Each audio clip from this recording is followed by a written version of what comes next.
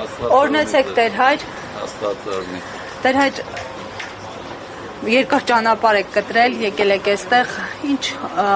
ուղերձով եք այսօր այստեղ։ Եկել ենք մեծ սիրով, խոնարհաբար դիմավորելու վեհապար Հայրապետին եւ մեր աջակցությունը հայտնելու իրեն։ Գիտենք, եկեղեցին վերջի շրջանում հալածանքների է ենթարկվում, որոշ իշխանավորներ պետական մտածողությունից հեռու, շատ անգամ սահմանադրական կարգ անգամ խախտելով փորձում են անհարկի միջամտություններ ունենալ եկեղեցու ներքին գործերին, որ սահմանադրությունը իրենց թույլ չի տալիս։ Եվ տեսնում ենք վերջի շրջանում ապօրինի ձերբակալություններ Միքայել arczepiskopos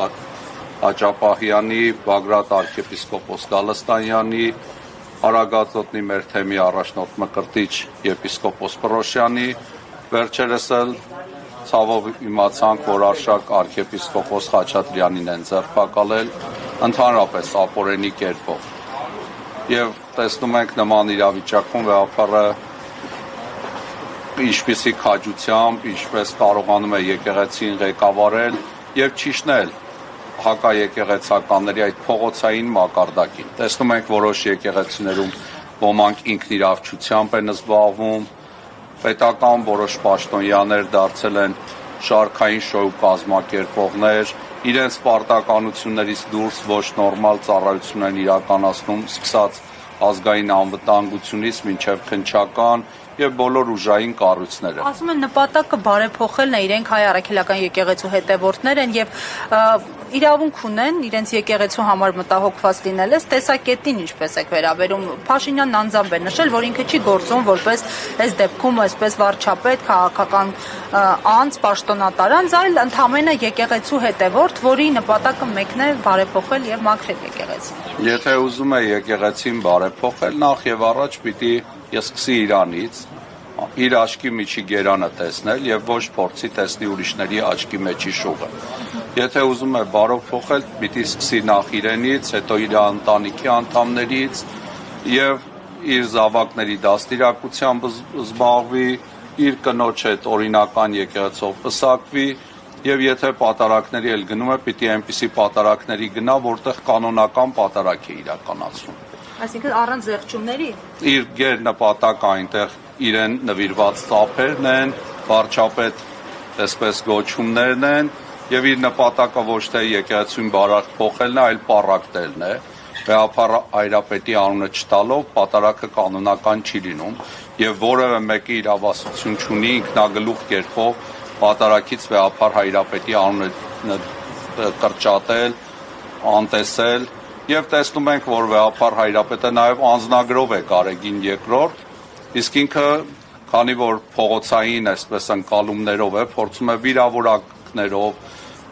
հոգեվորականների հաստատին անպատասխանատու հայտարարություններ անելով, բռնաճնշումներով, ինքը որպես շարքային քաղաքացի ինչպես է հանձնարարականներ տալիս ազգային անվտանգությունից սկսած, քննչական մինչև տարբեր ուժային կառույցների, որ ապօրինի գաղտնալսումներ անեն, գնան հոգևորականներին պահանջներ ներկայացնեն պատարակից վեհապարի անունը կրճատելու,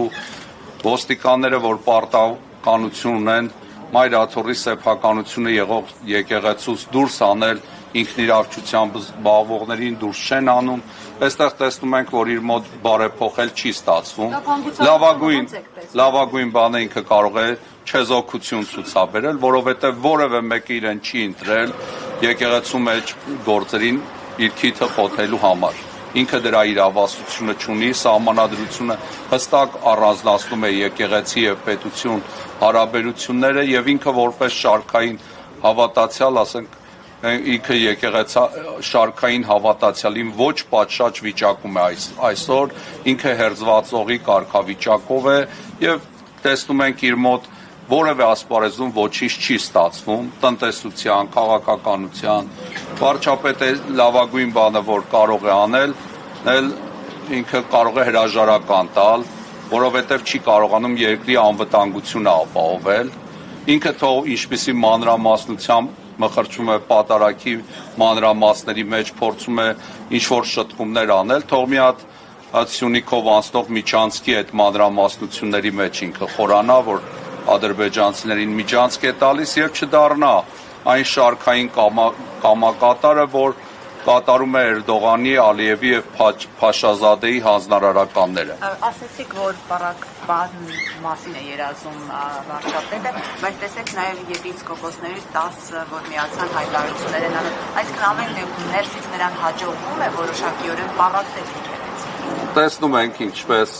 ինքը տարբեր հայտարարություններով, նաեւ թափանցիկ հայտարարություններով, որ ուղղված էր եկեղեցու ներսում եղող այնպիսի անձնավորությունների, որ կանոնական կյանքով չեն ապրում եւ նրանց էլ ահաբեկմամբ, շանտաժով, վախացնելով, ազատ կամ արտահայտությունից զրկելով եւ տեսնում ենք որոշ տիրադավ հոգեվորականներ, որոնք իրենց ուխտին հավատարիմ չեն, նախկինում էլ հարգանք եւ հեղինակություն չեն ավելացրել եկեղեցուն իրենց ծառայությամբ, իրենց ծառայական կերպի մեջ չեն եւ այդպիսի հոգեվորականներ են, որ իրենց աջակցությունն են հայտնում իրեն։ Այսինքն սա խոսում է այն մասին, որ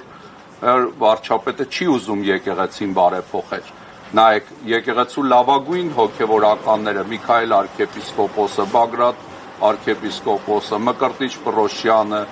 Արշակ Խաչատրյանը, այսինքն այն լավագույն հոգեվորականները այսօր բանտի մեջ են, իսկ իր ասած այն տեսակի հոգեվորականները, որոնք ինչպես ինքն է ասում, եկեղեցու կարգի, սարքի, կանոնի մեջ չեն, հավաքված են իր շուրջ։ Իր շուրջը հավաքվածները նրանց կարգանոցության հարցը։ Եպիսկոպոսական ժողովին, կարծում ենք եպիսկոպոսական ժողովը պիտի քննի նրանց վիճակը, նրանց կեցվածքը եւ կարծում ենք ուխտադրության եւ տիրադավության մեջ, եթե իրենք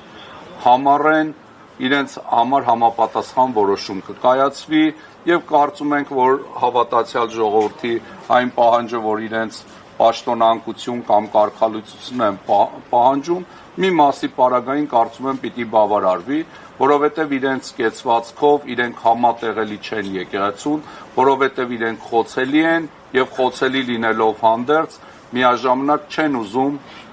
իրենց ծառայությունը իրականացնել հայ առաքելական եկեղեցում եւ դուրս են եկել հայ առաքելական Սուրբ եկեղեցու դեմ։ Այ ես այդ դեմ դուրս եկածներից մեկի գրառման հետ կապված ճշգրտում ունեմ 168-ի մի տաղավարում հարցազրույցի եք եղել, անդրադարձել Ստեփան Ասատրյանի այսօրվա կարգավիճակին, նշել եք Ստեփան Ասատրյանին ազատություն չեն տալի, շատ ցավալի վիճակում է գերության մեջ, Ստեփան Ասատրյանը անդրադարձել է հայտարարությանը, իր էջում տեղադրել է եւ նշել, երբ մարդկային երևակայությունը գերազանցում է լույսի արագությանը, փաստացի փորձել է հերքել ձեր ասածը։ Մեր բանականությունը, մտքի արագությունը լույսի արագությանը բնականաբար գերազանցում է եւ մենք հասկանում ենք Ստեփան Ասատրյանի ցավալի կարգավիճակը։ Ոչ միայն Ստեփան Ասատրյանի, այլ այս 10 տիրադավ հոգեվորականների այս կեցվածքը նույնպես խոսում է իրենց անկաշկանդ չլինելու մասին։ Իրենք ազատ չեն, իրենք ստրուկ են իրենց մեղքերին, նյութական բաների եւ իրենք հեռացել են Աստծուց, Սուրբ եկեղեցուց եւ հայրենիքից։ Շնորհակալ ենք, օրհնաբեր ծառայություն։ Աստված օրհնի բոլորին։ 168-ի